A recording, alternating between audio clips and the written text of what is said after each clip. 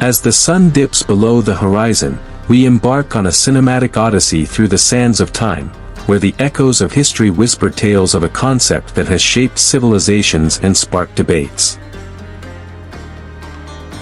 Jihad, a word that reverberates through the ages, woven into the fabric of the Islamic faith. In the quiet corners of forgotten archives, the parchment of time unfolds, revealing a history rich with conquests, intellectual flourishing, and spiritual enlightenment. The strokes of calligraphy tell tales of warriors and scholars, of battles fought and ideas forged. At the break of dawn, on landscapes marked by the ebb and flow of empires, the concept of jihad took shape, a call to strive for a higher purpose. In the quiet corridors of knowledge, we seek to unravel the layers of meaning within the term jihad, a term that transcends the battlefield, reaching into the realms of the mind and spirit.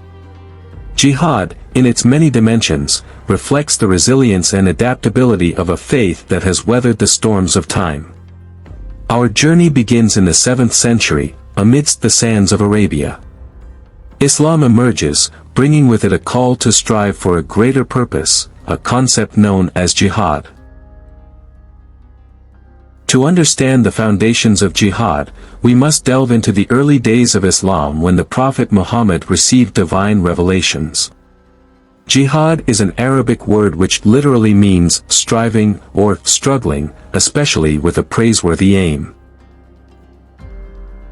In an Islamic context, it can refer to almost any effort to make personal and social life conform with God's guidance, such as struggle against one's evil inclinations, proselytizing, or efforts toward the moral betterment of the Muslim community, ummah, though it is most frequently associated with war. In classical Islamic law, Sharia, the term refers to armed struggle against unbelievers, while modernist Islamic scholars generally equate military jihad with defensive warfare. In Sufi circles, spiritual and moral jihad has been traditionally emphasized under the name of greater jihad. The term has gained additional attention in recent decades through its use by various insurgent Islamic extremist, militant Islamist, and terrorist individuals and organizations whose ideology is based on the Islamic notion of jihad. The word jihad appears frequently in the Quran with and without military connotations, often in the idiomatic expression, striving in the path of God, al-jihad fi sabul Allah, conveying a sense of self-exertion. They, who, developed an elaborate set of rules pertaining to jihad, including prohibitions on harming those who are not engaged in combat. In the modern era, the notion of jihad has lost its jurisprudential relevance and instead given rise to an ideological and political discourse. While modernist Islamic scholars have emphasized the defensive and non-military aspects of jihad, some Islamists have advanced aggressive interpretations that go beyond the classical theory. The early Muslims faced persecution in Mecca, prompting the Prophet and his followers to migrate to Medina in 622 CE. It was here that the concept of defensive jihad began to take shape. As the nascent Muslim community faced external aggression, defensive battles ensued, marking the first instances of armed struggle in the name of jihad. Jihad is classified into inner, greater, jihad, which involves a struggle against one's own base impulses, and external, lesser, jihad, which is further subdivided into jihad of the pen/tongue, debate or persuasion, and jihad of the sword. Most Western writers consider external jihad to have primacy over inner jihad in the Islamic tradition, while much of contemporary Muslim opinion favors the opposite view. Gallup analysis of a large survey reveals considerable nuance in the conceptions of jihad held by Muslims around the world. The sense of jihad as armed resistance was first used in the context of persecution faced by Muslims, as when Muhammad was at Mecca, when the community had two choices, emigration, hijrah, or jihad. In 12-verse Sharia Islam, jihad is one of the ancillaries of the faith. A person engaged in jihad is called a mujahid. The term jihad is often rendered in English as holy war, although this translation is controversial. Today, the word jihad is often used without religious connotations, like the English crusade. Jihad is mentioned in 4 places in the Quran as a noun, while its derived verb is used in 24 places. Mujahid, the active participle meaning jihadist, is mentioned in 2 verses. It is understood that the word jihad directly refers to war, and in others, jihad is used in the sense of the effort to live in accordance with Allah's will. Quranic exhortations to jihad have been interpreted by Islamic scholars both in the combative and non-combative sense. Ahmed al-Dawudi writes that there 17 references to or derivatives of jihad occur altogether 41 times in 11 Meccan texts and 30 Medinan ones, with 28 mentions related to religious belief or spiritual struggle and 13 mentions related to warfare or physical struggle. As we reflect on the foundations of jihad, we see a multifaceted concept emerging, encompassing spiritual striving, self-defense, and the pursuit of justice. This dynamic understanding would shape the historical journey of jihad in the centuries to come. The Islamic world expanded, bringing about a golden age of learning, trade, and cultural exchange. Yet, with expansion came encounters with other civilizations, leading to both cooperation and conflict. In the Muslim community, the holy war, jihad, is a religious duty, because of the universalism of the Muslim mission and the obligation to convert everybody to Islam either by persuasion or by force. The other religious groups did not have a universal mission, and the holy war was not a religious duty for them, save only for purposes of defense. Islam is under obligation to gain power over other nations. Classical scholars discuss justifications for jihad, including waging it defensively versus offensively. However, classical jurists paid more attention to conduct of war jus in bello than justification of war jus ad bellum. The decision of when to wage war was often viewed as a political decision best left to political authorities. 2 justifications for jihad were given: defensive war against external aggression, or an offensive or preemptive attack against an enemy state. According to the majority of jurists, the casus belli are restricted to aggression against Muslims and fitna, persecution of Muslims because of their religious belief. They hold that unbelief in itself is not a justification for war. These jurists therefore maintain that only combatants are to be fought, non-combatants such as women, children, clergy, and so on are not to be killed in war. Thus, the Hanafi Ibn Najm states, the reason for jihad in our, the Hanafis, view is kanuhum harba alayna, literally, their being at war against us. The Hanafi jurists Al-Shibani state that, although kafr, unbelief in God, is one of the greatest sins, it is between the individual and his God the Almighty, and the punishment for this sin is to be postponed to the Dar al-Jaza, the abode of reckoning, the hereafter, and Al-Sarakhsi says something similar. Offensive jihad involved forays into enemy territory either for conquest, and thus enlarging the Muslim political order, or to dissuade the enemy from attacking Muslim lands. Shia and Sunni theories of jihad are similar, except that Shias consider offensive jihad to be valid only under the leadership of the Mahdi, who is currently believed to be in occultation but will return at some point in the future. However, defensive jihad is permissible in Shia Islam before the Mahdi's return. In fact, Shia scholars emphasized it was a religious duty for Shia to defend all Muslims, including Sunni Muslims, from outside invaders. During the Middle Ages, Islamic societies thrived in various fields, from science to philosophy. However, clashes with neighboring empires brought about a different form of jihad, one driven by geopolitical realities. In pre-Islamic Arabia, Bedouins conducted raids against enemy tribes and settlements to collect spoils. According to some scholars, such as James Turner Johnson, while Islamic leaders instilled into the hearts of the warriors the belief in jihad, holy war, and Gaza raids, the fundamental structure of this Bedouin warfare remained raiding to collect booty. According to Jonathan Berkey, the Quran's statements in support of jihad may have originally been directed against Muhammad's local enemies, the pagans of Mecca or the Jews of Medina, but these same statements could be redirected once new enemies appeared. According to another scholar, it was the shift in focus to the conquest and spoils collecting of non-Bedouin unbelievers and away from traditional inter-Bedouin tribal raids that may have made it possible for Islam not only to expand but to avoid self-destruction. The struggle for control over key territories in the Holy Land became a defining moment for the concept of jihad.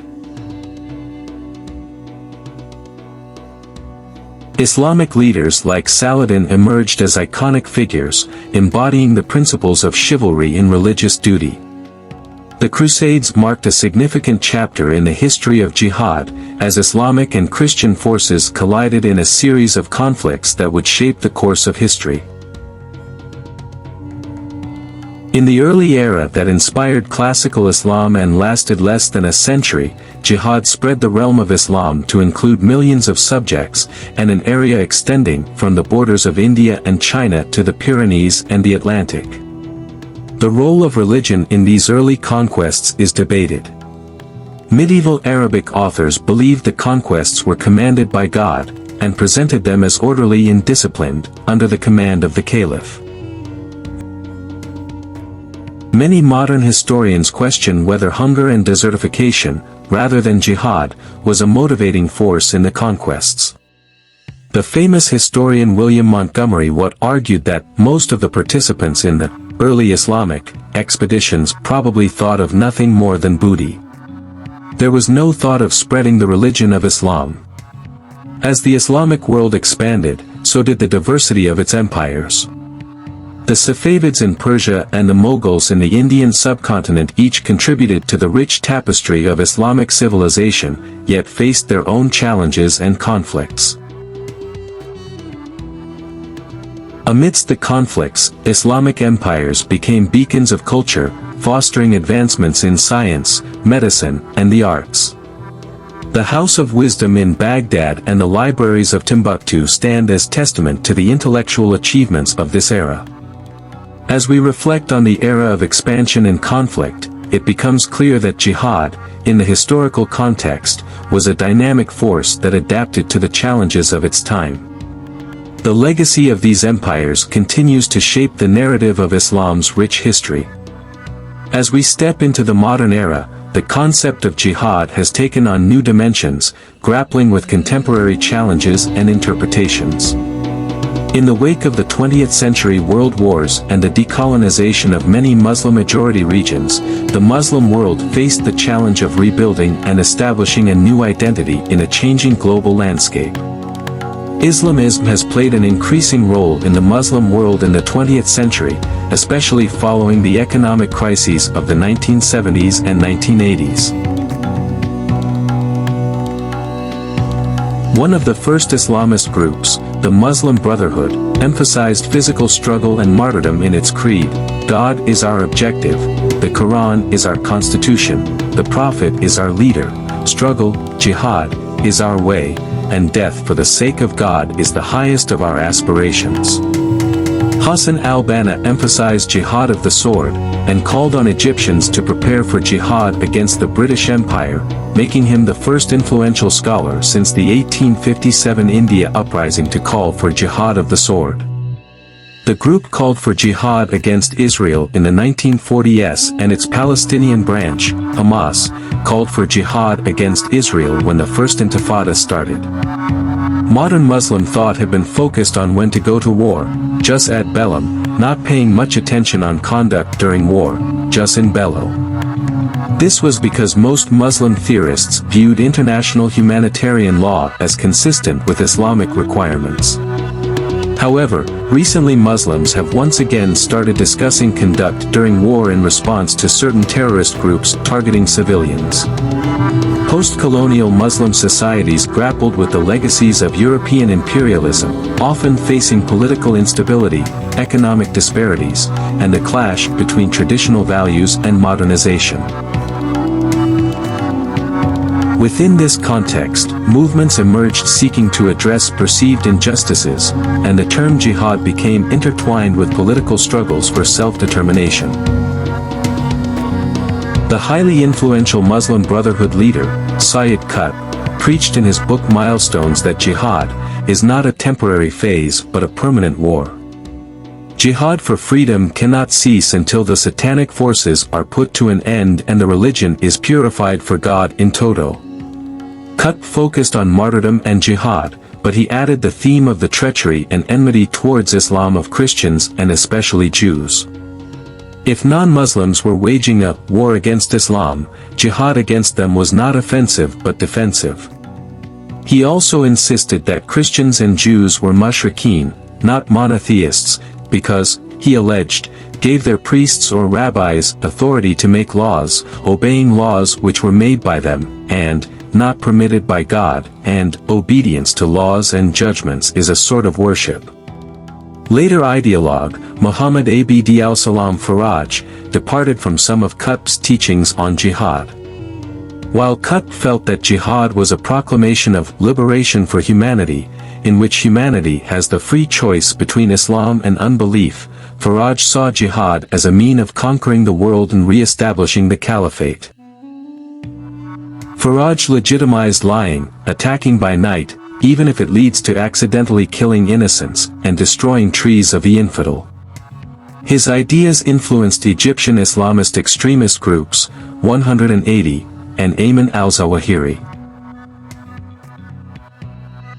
During the Soviet invasion of Afghanistan, despite being a predominantly Sunni nation, Afghanistan's Shiite population took arms against the communist government and allied Soviet forces like the nation's Sunnis and were collectively referred to as the Afghan Mujahideen. Shiite jihadists in Afghanistan were known as the Tehran Eight and received support from the Iranian government in fighting against the communist Afghan government and allied Soviet forces in Afghanistan. However, with the advent of the 21st century, the term jihad became tragically associated with acts of terrorism.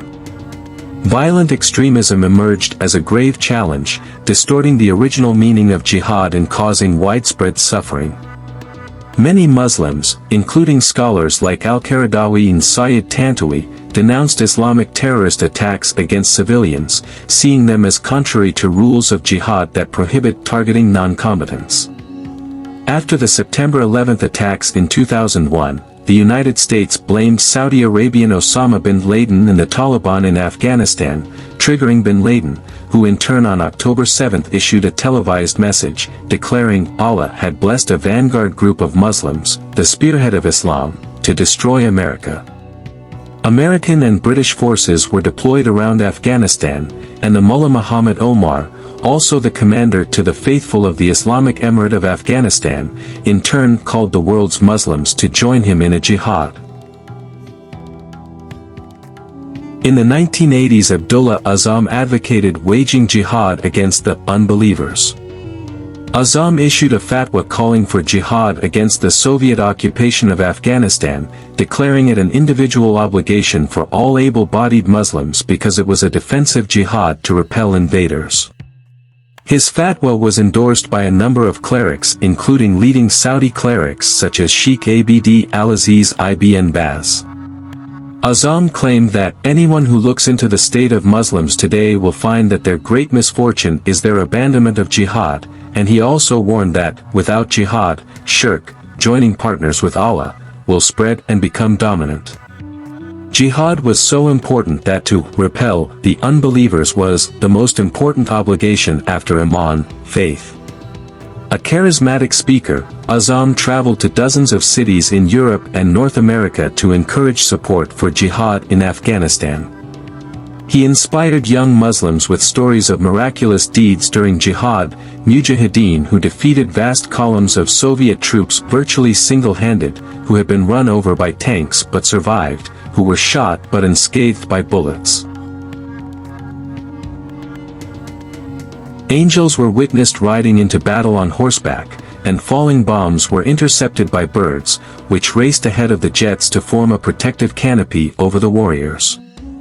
In Afghanistan he set up a services office for foreign fighters, and with support from his former student Osama bin Laden and Saudi charities, foreign mujahideen or would-be mujahideen were provided for. Between 1982 and 1992 an estimated 35,000 individual Muslim volunteers went to Afghanistan to fight the Soviets and their Afghan regime. Thousands more attended frontier schools teeming with former and future fighters. Saudi Arabia and the other conservative Gulf monarchies also provided considerable financial support to the jihad, $600 million a year by 1982. CIA also funded Azam's Maktab al-Khidmat and others via Operation Cyclone. Azam saw Afghanistan as the beginning of jihad to repel unbelievers from many countries, the southern Soviet republics of Central Asia, Bosnia, the Philippines, Kashmir, Somalia, Eritrea, Spain, and especially his home country of Palestine. The defeat of the Soviets in Afghanistan is said to have amplified the jihadist tendency from a fringe phenomenon to a major force in the Muslim world. Having tasted victory in Afghanistan, many of the thousands of fighters returned to their home countries such as Egypt, Algeria, Kashmir, or to places like Bosnia to continue jihad.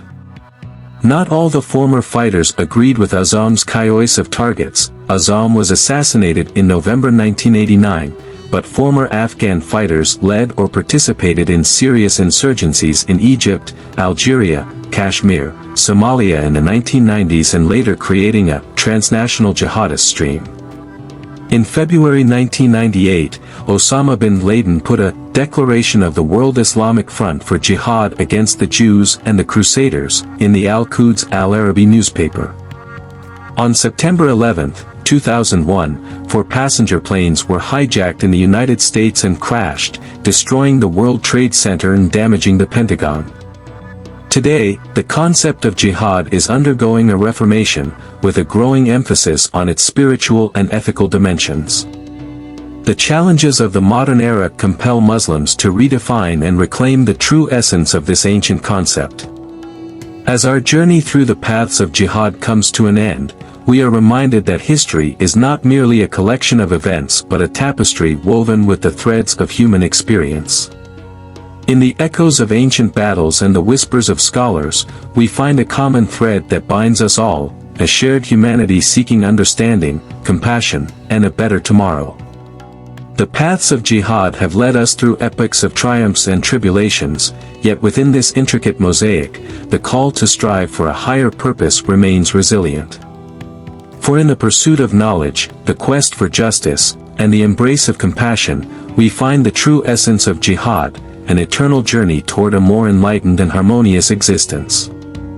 As the sun sets on our exploration, let us carry forward the lessons of history, forged not in the fires of conflict alone, but in the crucible of shared humanity. May our collective journey through the paths of jihad inspire a future where understanding triumphs over ignorance, compassion overcomes hatred, and the pursuit of peace guides our way.